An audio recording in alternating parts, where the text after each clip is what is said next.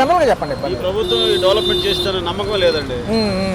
ఇప్పుడు పాతకాలంలో చూసాము చేస్తే అక్కడ హైదరాబాద్ తెలంగాణ ఏరియాలో చేసి ఉండొచ్చు.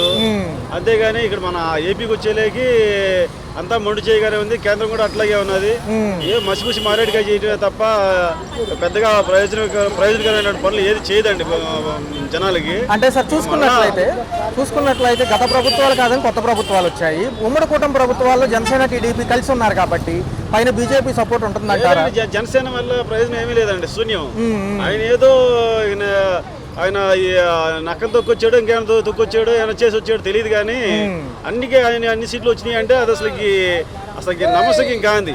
ఎవడికి కూడాను 100 మార్కులు పరీక్ష పెడితే 100 మార్కులు రావు, ఎటు రావు. వచ్చినాయి అంటే అది 100% ఫ్రాడ్, లేదా 100% సూచన, 100% ఇంకోటి ఏదైనా జరిగి ఉంటేనే తప్ప వస్తాయి తప్ప 100% అనేది ఏ మిషనరీ కూడా ఉండదు, మనిషి కూడా ఉండదు, మనిషి గెలుపు కూడా ఉండదు, మనిషి ఓటమికి కూడా ఉండదు. సార్ 4 నెలలు అవుతుంది వీళ్ళు వచ్చి 60,000 పైచలకు కోట్లే అప్పాయిని సంక్షేమానికి, పెన్షన్లకి, వీటికి పథకాలకి అంటున్నారు.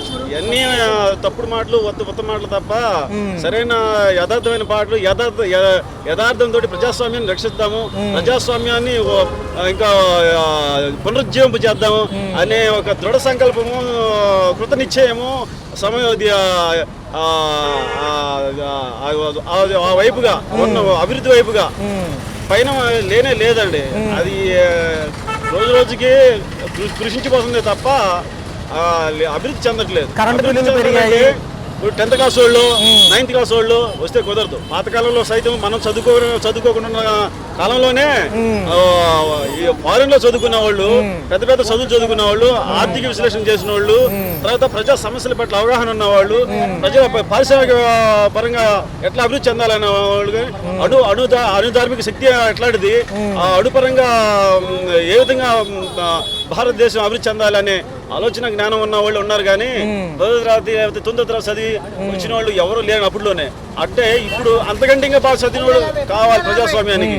అంతే తప్ప తూతు మంత్ర చదువులతోటి వస్తే ప్రయోజనం శూన్యం తప్ప ప్రజాస్వామ్యం వెనకబడిపోతే తప్ప దేశం నాశనం అయిపోతుంది. ఒక విధంగా చెప్పాలి అంటే అది సన్యాసి అవతారాలు, లేకపోతే ఇంకొక అవతారాలు, లేకపోతే కోట్ల రూపాయలు పెట్టి సొక్కాలు వేసుకుంటే అది ప్రజాస్వామ్యం కాదండి. సార్ మరి త్వరలో పట్టభద్రుల ఎమ్మెల్సీ ఎలక్షన్స్ ఉన్నాయి. ఈసారి విద్యార్థుల చూపు కానివ్వండి, పట్టభద్రుల చూపు ఎలా ఉంటుంది?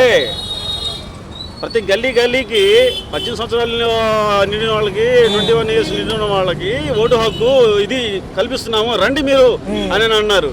ఇప్పుడు పట్టభద్రులకి వాట్సాప్లోనో లేకపోతే యూట్యూబ్లోనో లేకపోతే ఇంకెక్కడో ఈ అప్లికేషన్ ఫిల్ చేయండి, ఇంకో చోట ఇవ్వండి అని అంటున్నారు తప్ప వీళ్ళు ఇళ్లలో ఉండే లేడీస్ కానీ, ఇళ్లలో ఉండేటువంటి డిగ్రీ చేసిన వాళ్ళు కానీ బయట మార్కెట్ తగలడమే కష్టంగా ఉంది పరిస్థితి. వాళ్ళు ప్రత్యేకంగా వాళ్ళు డౌన్లోడ్ చేసుకొని అది ప్రింట్అవుట్ తీసుకొని మళ్ళీ తీసుకెళ్లి పోస్ట్ ఆఫీస్ లో ఇచ్చి దాన్ని ఓటు హక్కు కల్పించుకోవాలి అనే ఓటు మీద అసలు అవగాహన ఎవరికి ఉందండి? సార్ మరి కేంద్రం నుంచి జమిలీ ఎలక్షన్స్ అని ఒక పక్క హడావుడిగా చేస్తున్నారు. రాబోయే కాలంలో పాసిబిలిటీ ఉంటుందా? మొత్తం ఇండియా మొత్తం ఒకేసారి ఎలక్షన్ అంటే అసలు అది సరైన పద్ధతి కానే కదండి. ఒకేసారి ఎలక్షన్ అనేది అది ఇండియాకి సరైన విధానం కానే కాదు. ఇండియా అనేది భిన్న మతాలు, భిన్న కులాలు, భిన్న సంస్కృతి, భిన్న భాషలు, విభిన్నమైనటువంటి వాతావరణంతో కూడినటువంటి ఇది. అలాంటి వాతావరణం, అలాంటి వ్యక్తులతోటి, భాషలతోటి ఉన్నటువంటి ముడిపడి ఉన్న దేశం కాబట్టి ఒకేసారి విధానం, ఒకేసారి ఇది అనేది అసలు జరిగే పని కాదు. ఇది జరగాలని చూసే మూర్ఖులకి వాళ్ళ వల్ల ప్రజాస్వామ్యం ఇంకా కూని అవుతుంది తప్ప, ప్రజాస్వామ్యం హరించుకుపోతుందన్న విధానం ఇది కూడా జనాలలో అసలు స్పృహ లేకుండా పోతుంది. యథా రాజా తథా ప్రజలనే ఉంటున్నారు. కరెక్ట్ చెప్పాలంటే వాళ్ళు మోసం చేసేటోళ్ళే వస్తున్నారు, మోసగారులే వస్తున్నారు, మోసమే చేస్తున్నారు. మోసం చేస్తేనే పులి మీద స్వారీ చేస్తున్నాము, పులి మీద నుంచి దిగితే పులి మనం తినేసిద్ది అనే విధానంలో వాళ్ళు ఉన్నారు తప్ప మనం తిన్నది కానీ 10 మందికి మనం మేలు చేయాలి, పులిని చంపాలి, లేదా పులిని మన హ్యాండ్ ఓవర్లో తీసుకొచ్చుకోవాలి. పులిని మీద స్వారీ చేస్తున్నాము, మన కంట్రోల్ పులి ఉండాలి, మనం ఎడితిపితే అడిపోవాలి తప్ప దానికి మనం ఆహారం కాకూడదు, లేకపోతే అది చెప్పినట్టు మనం వినకూడదు. సార్ చూసుకున్నట్లయితే నిన్న 1వ తారీఖు పెన్షన్ల విధానం ఎలా అనిపిస్తుంది మరి? ఇందాక చెప్పాను దీని గురించి. నేను సరే 4-5 నెలల నుంచి పేపర్ కూడా చూస్తలేదు. ఓకే. అవగాహన కొంచెం రైట్ సార్. ప్రభుత్వం చూస్తేనేమో పథకాలకు కసరత్తు అంటుంది, ఉగాదికి చేరింది, సంక్రాంతి కూడా అయిపోయింది, ఎలా అనిపిస్తుంది? చెప్పిన విషయాల్లో ఇప్పుడు వరకు ఏ విధమైన న్యాయం ఏ ఒక్క సామాన్య మానవుడికి జరగలేదు. ఇది ఒప్పుకోవాల్సిందే. ఎన్నో చెప్తున్నారు, అదిగో కొండ, ఇదిగో బంగారం, ఇదిగో వెండి అని. ఇప్పుడు వరకు కూడా ఒక్క పెన్షన్ తప్పితే సరైన న్యాయం ఇంతవరకు ఏది జరగల. వాళ్ళకి పేదలకి ఇల్లు ఇవ్వటమే కానీ, ఏదైనా సంక్షేమమే కానీ, వాళ్ళు ఇస్తా అన్నటువంటి పథకాలే కానీ ఏ ఒక్కటే కూడా ఇప్పుడు వరకు అంతా ఏదో నీళ్ళు మబ్బుల్లాగే తప్పితే దీనికి ఏ విధమైనటువంటి ఇంతవరకు ఆన్సర్ అనేది బయటికి రాలేదు. ఏదైతే కేబినెట్ సమావేశాలు ఎన్నో జరుగుతున్నాయి, 7 నెలల పాలన అయిపోయింది. ఒక పక్క చూస్తే మాజీ ముఖ్యమంత్రి గారు కూడా మళ్ళీ పాదయాత్రకు వస్తామంటున్నారు, పథకాల అమలుకు లేట్ అవుతుంది కాబట్టి. ఎలా ఉండబోతుంది ఈ ఇమీడియట్గా పెట్టిన కేబినెట్ సమావేశం? దాన్ని ఏదన్నా మభ్య పెట్టడానికి అంటారా, జస్ట్ ఏదో పూతగా పైన చెప్పడానికి అంటారా? ఏదేమైనా ప్రజలకి ఉపశాంతి అయినటువంటి మాటలు చెప్పడమే తప్పితే, పనులు జరిగినప్పుడు జరిగినాయి అనుకుంటమే తప్పితే, ఇప్పుడు వరకు చెప్పిన దానికి ఇప్పుడు వరకు జరిగిన పరిపాలన విధానానికి ఏమి పొంతననేది లేదు. ఇక ముందు ఏదన్నా జరిగిద్దేమో అనేటువంటి ఆశతో ప్రజలంతా ఎదురు చూస్తున్నారు. అది ఎంతవరకు అనేటువంటిది నమ్మశక్యంగా లేదు. ఎన్ని ప్రభుత్వాలు ఇచ్చినా ఇళ్ల స్థలాలు వాళ్ళు ఇచ్చాక వీళ్ళ లిస్టులో ఉండవు, వీళ్ళు వచ్చాక వాళ్ళ లిస్టులో ఉండవు. మరి ఎలా ఉండబోతుంది? పోతే ఈ 2 సెంట్ ఇస్తాము, పట్టణాల్లో పల్లెటూరులోనేమో 3 సెంట్ ఇస్తాము, ఇవన్నీ కూడా ఈ ఆర్థిక సంక్షోభంలో ఇవన్నీ జరుగుతాయి అనేది అది నోటి మాటలే తప్పితే చేతలకు పనికిరావు అనేటువంటిది ప్రజల్లో ఒక అవగాహన ఉంది. సార్ నిన్నటికి నిన్న 11,500 కోట్లు విశాఖ స్టీల్ ఉక్కు పరిశ్రమ అంటున్నారు, చేయూతనిచ్చారంటున్నారు. ఒక పక్క వాలంటరీ రిటైర్మెంట్ ప్రకటిస్తున్నారు. ఏంటి ఈ యొక్క మధ్య వ్యత్యాసం ఏంటి అర్థం కావట్లేదు అందరికీ కూడా. ఏంటంటే ఒక పక్క మూసేస్తామంటారు, కాసేపు ఏమో ఆదుకుంటుంది కేంద్రం అంటారు, కాసేపు బాగానే ఉందంటారు. ఏంటి ఇంత డైవర్షన్ ఏంటంటారు? అసలు డైవర్షన్ అంటే ప్రస్తుతానికి రాష్ట్రంలో ఆర్థిక పరిస్థితిలో ఉందండి రాష్ట్రం. ఈ ప్రజలకి ఏదో ఒక న్యాయం జరగాలటం కోసం ఏదో ఇది చేస్తున్నాం అది చేస్తున్నాం అని చెప్పి కాలక్షేపం చేసుకుంటూ ఇప్పుడు వరకు వస్తున్నారు. ఏదన్నా చేయాలనేటువంటి ఆలోచన చేస్తున్నారు కానీ ఇప్పుడు ఉండేటువంటి ఆర్థిక పరిస్థితిలో వాళ్ళు ఏమీ చేయలేరు. అది కూడా ప్రజలకి అర్థమైపోయింది. ఇప్పుడు ప్రత్యేకంగా వీళ్ళకి పేదవాళ్ళకి ఇళ్ళే కానీ, లేదంటే ఈ అన్నా క్యాంటీన్లు కానీ, అన్నా క్యాంటీన్లు కూడా ఈ నగరాల్లో పెడుతున్నారు. ఈ నగరాల్లో అన్నా క్యాంటీన్ అనేటువంటిది నిజమైన పేదవాడికి న్యాయం జరిగే అన్నా క్యాంటీన్ కాదు నగరంలో. అసలు ఆకలి అనేది ఎక్కడ పుడుతుంది? ఆకలి పుట్టిన చాట మొట్టమొదటిసారిగా భార్య పిల్లలు భుజాలు వేసుకుని తట్టపుట్ట సంచిని వేసుకుని వలస వస్తాడు. ఎక్కడికి వస్తాడు? నగరానికి వలస వస్తాడు. దేనికి వస్తాడు? బతకడానికి నగరానికి వలస వస్తాడు. నిజమైన ఆకలి ఎక్కడ పుట్టిందంటే పేదవాడి అడవిలో అక్కడ పుట్టింది. నువ్వు తీసుకెళ్ళి అన్నా క్యాంటీన్ అక్కడ పెట్టు. ఈ నగరం నడిబొట్టుని ఎందుకు పెడుతున్నావంటే కేవలం ఫోటోలకు పోజులు ఇవ్వడానికి 4 కెమెరాలు మోసుకొస్తాయి అని చెప్పి ఈ అన్నా క్యాంటీన్లు పెట్టి మీరు కాలక్షేపం చేయటం తప్పితే నిజమైన పేదవాడు నిజమైన ఆకలి పుట్టిన చోట మీరు అన్నా క్యాంటీన్ పెట్టి అమలు చేయటం అనేటువంటిది లేదు. ఇంకోటి చూసుకుంటే ప్రభుత్వ రంగం హాస్పిటల్స్లో ఏదైతే ఆరోగ్యశ్రీ నిర్వీర్యం చేయబోతున్నాము, ఈ ఎన్టీఆర్ ఆరోగ్య భరోసా తీసేసి బీమా పథకం కింద యాడ్ చేస్తామంటున్నారు. ఎంతవరకు అవగాహన ఉంటుంది అంటారు ప్రజలకి? ఈ ప్రాసెస్ అనేది కరెక్టేనా? ఈ ప్రాసెస్ అనేది కరెక్టే కాదు. వైఎస్ రాజశేఖర రెడ్డి గారు ఏ విధంగా అయితే చేసుకొచ్చాడో అదే విధంగా ఫాలో అయితేనే ప్రజలందరికీ సమానమైన న్యాయం జరుగుద్ది. ఈ యొక్క మార్పు చేర్పుల వల్ల ఏం ఉపయోగం లేదు. ఆరోగ్యశ్రీ మట్టికి తప్పనిసరిగా అమలయ్యి పేదవాడి ఆరోగ్యానికి న్యాయం జరిగే రీతిలో దాన్ని నిలబెట్టి కాపాడుకోవడానికి ఈ ప్రభుత్వం పనిచేయాలి. అంతే తప్పితే ఈ బిల్లులు ఆపేసి పెండింగ్లో ఉన్నాయి, వీళ్ళ మీద ఆళ్ళు చెప్పి వాళ్ళ మీద వీళ్ళు చెప్పి నిజమైన పేదవాడి ఆరోగ్యానికి దెబ్బగలిగే రీతిలో ఈ పరిపాలన అనేది ఉండటం కరెక్ట్ కాదు. న్యాయంగా అనారోగ్యం ఉన్నటువంటి వాడికి ఆరోగ్యశ్రీ అనేది వర్తించాలి, వాడికి న్యాయం జరగాలి. దానికోసం ఎన్ని పెండింగ్లు ఉన్న బిల్లులైనా ఏ హాస్పిటల్స్లో ఎన్ని పెండింగ్లు ఉన్నా సర్దుబాటు చేసి నిజమైనటువంటి వైద్యం అందాలి. గ్రామ సచివాలయాలను పక్కన పెట్టి వాట్సాప్లో గవర్నెన్స్ అంటున్నారు. అంటే వాట్సాప్లో 160 సేవలు అందుబాటులో ఉంటాయంట. ఏది కావాలన్నా అందులో అప్లై చేసుకుంటే ఒక అక్నాలెడ్జ్మెంట్ నెంబర్ వచ్చింది, దాన్ని బట్టి దాని స్టేటస్ ఏంటో తెలుసుకోవచ్చు. దాని గురించి చర్చిస్తున్నాం అంటున్నారు. ఎంతవరకు పారదర్శకంగా ఉంటుంది వస్తే?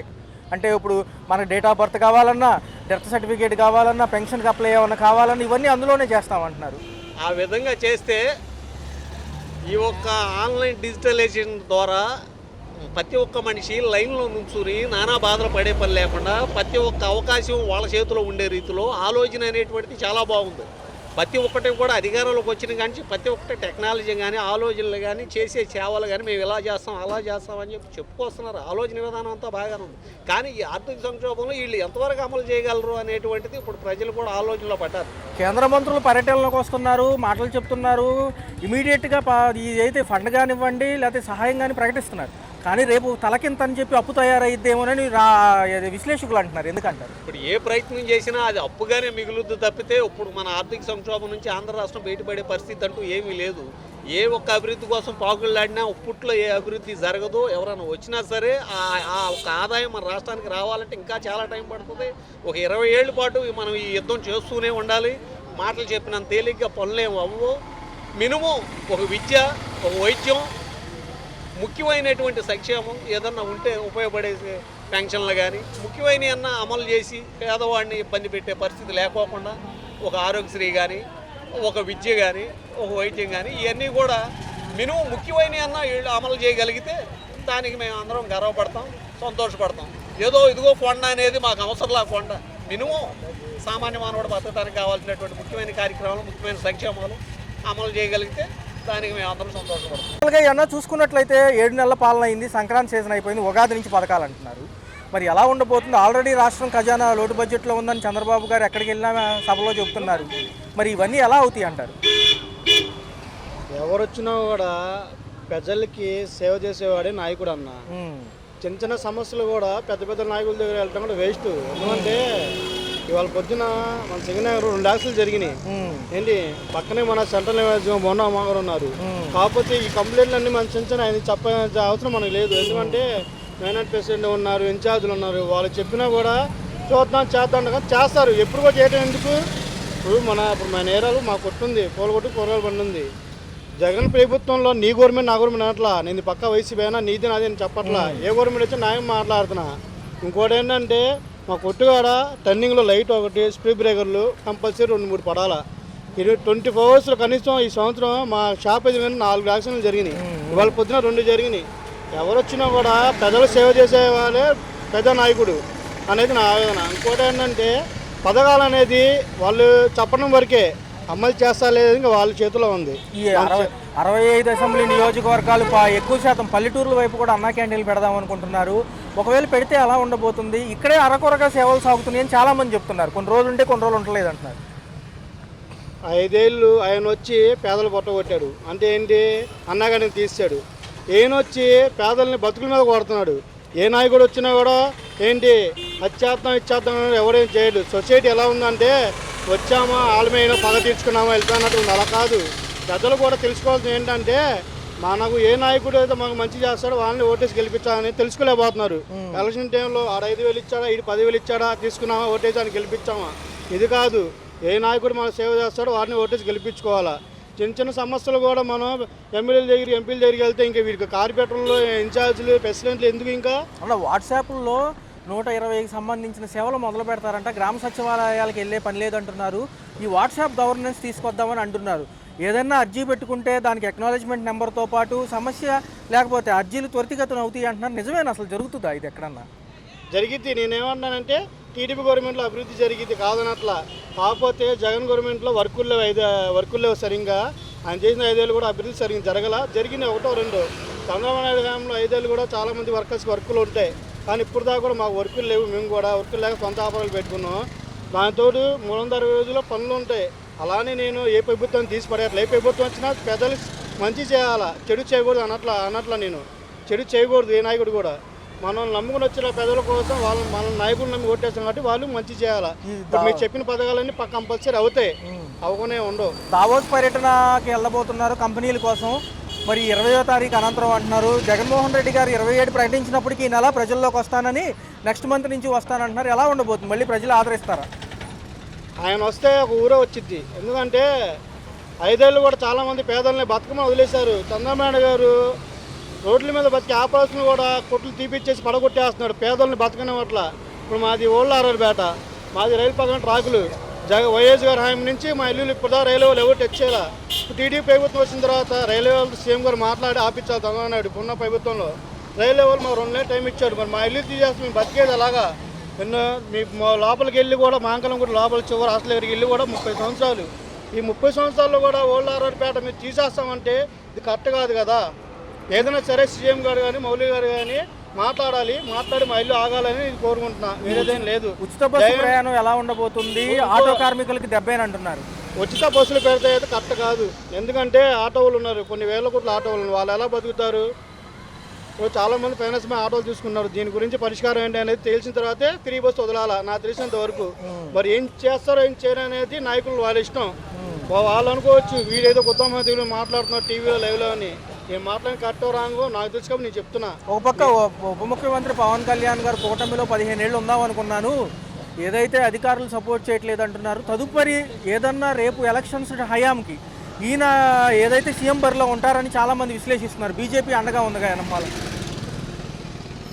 ఏదైనా సరే బీజేపీ ఉన్నా అండగా ఉన్న ఏదైనా సరే కూటమి ప్రభుత్వం మన పవన్ కళ్యాణ్ కానీ మోడీ గారు కానీ చంద్రబాబు ఏమైనా సరే ఈ నాయకులు ప్రజలకు సేవ చేస్తేనే నెక్స్ట్ వీళ్ళు వచ్చే అవకాశం ఉంటుంది అని నేను చెప్తున్నాను. అలానే మా ప్రభుత్వం మెజార్టీతో కొట్టుకుని వచ్చింది అనట్లా, న్యాయం మాట్లాడుతున్నా. ప్రభుత్వం 5 ఏళ్ళు కూడా కరెక్ట్గా పనిచేస్తే మళ్ళీ ఇదే వచ్చిందని అనుకుంటున్నా. లేదంటే కనుక చెప్పలేము, దీని గురించి క్లారిటీ లేదు.